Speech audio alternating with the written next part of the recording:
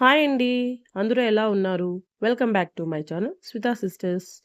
Festivals టైంలో మనకి గెస్ట్‌లొస్తారు కదా మన ఇంటికి. సో, వాళ్ళకు మనకేమైనా పెట్టాలి కొద్దిగా డిఫరెంట్‌గా రెగ్యులర్‌గా అయినా కూడా డిఫరెంట్ టేస్ట్‌గా ఉండాలి అన్నప్పుడు ఇలా ఆలూ ఫ్రైనయితే ఇలా ట్రై చేయండి. టేస్ట్ కూడా చాలా డిఫరెంట్‌గా ఉంటది అండ్ ఈజీ కూడా. ముందుగా అయితే స్టవ్ ఆన్ చేసుకొనేసి పాన్ పెట్టుకొనేసి ఒక 2 టీ స్పూన్స్ వరకు అయితే ఆయిల్ వేసుకోవాలి. సో, ఇలా ఆయిల్ హీట్ అయిన తర్వాత ఒక స్పూన్ జీలకర్ర, ఒక స్పూన్ ఆవాలు కూడా వేసి ఇవి బాగా చిటపటలాడిన తర్వాత బాగా థిన్‌గా ఈ విధంగా స్లైసెస్‌గా కట్ చేసుకున్న ఆలూనైతే మాత్రం ఒక 2 టైమ్స్ వాటర్‌లో వాష్ చేయండి.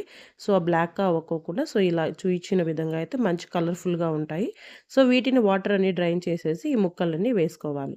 సో, ఇక్కడొచ్చేసి వీటిని బాగా ఆయిల్ మనం వేసాం కదా! అది ప్రతి ముక్కకి పట్టేలాగా అయితే కిందికి పైకి కలుపుకుంటూ కొద్దిగా సాల్ట్ అనేది వేసుకొని మూత పెట్టేసి జస్ట్ ఒక 5 మినిట్స్ అయితే ఉడికించుకోండి మీడియం ఫ్లేమ్‌లో పెట్టి. సో, జస్ట్ ముక్క అనేది మెత్తబడుతుంది. సో, అప్పుడు కొద్దిగా ఉడకడానికి కూడా చాలా బావుంటుంది. ఇలా కొద్దిసేపు హాఫ్ బాయిల్ అయిన తర్వాత ఆలూసు సో, ఒక పెద్ద సైజు టొమాటోని చిన్న చిన్న ముక్కలుగా కట్ చేసుకొనేసి ఇందులోకి వేసేసుకోవాలి. టొమాటోలు వేసిన తర్వాత కూడా మూత పెట్టేసి ఒక 5 మినిట్స్ మరొక 5 మినిట్స్ ఉడికించుకున్నామనుకోండి, టొమాటోస్ త్వరగా అనేది ఉడికిపోతాయి. సో, ఇలా అన్నీ ఉడికించుకున్న తర్వాత సో, ఆలు వచ్చేసి ఇక్కడ ఒక 80% వరకు ఉడికించుకుంటే చాలండి. మరీ మెత్తగా అయితే ఉడికించుకోనక్కర్లేదు.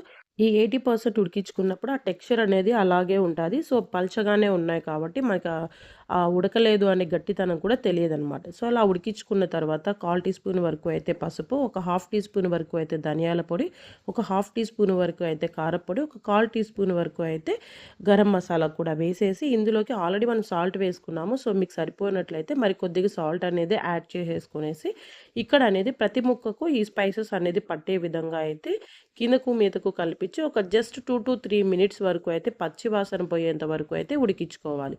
సో, ఇలా ఉడికించుకున్న తర్వాత లాస్ట్‌లో కొద్దిగా అంటే కొద్దిగా కొత్తిమీర చల్లేసుకొని అన్నీ ఒక్కసారి బాగా మిక్స్ చేసేసుకున్నామనుకోండి, మనకు ఆలు ఫ్రై అనేది రెడీగా అయిపోయిందండి. అంతేనండి. చూసారు గదా! ఎంత సింపుల్‌గా ఉందో. సో, మీరు కూడా తప్పకుండా ఈ వరలక్ష్మి వ్రతానికి తప్పకుండా ట్రై చేయండి. మీ గెస్ట్‌లతో కూడా వావ్ అనేలాగా సూపర్ టేస్టీగా వస్తుంది. సో, మీకెలా వచ్చిందనేది కామెంట్ చేయండి. మరిన్ని రెసిపీస్ కోసం అయితే మన ఛానల్‌ని సబ్స్క్రైబ్ చేసుకోండి. అలాగే మీ ఫ్రెండ్స్‌కి, మీ ఫ్యామిలీ మెంబర్స్‌కి మన ఛానల్‌ని కూడా రికమెండ్ చేసి మన వీడియోస్‌ని వాచ్ చేయమని చెప్పండి. Thank you for watching. Bye.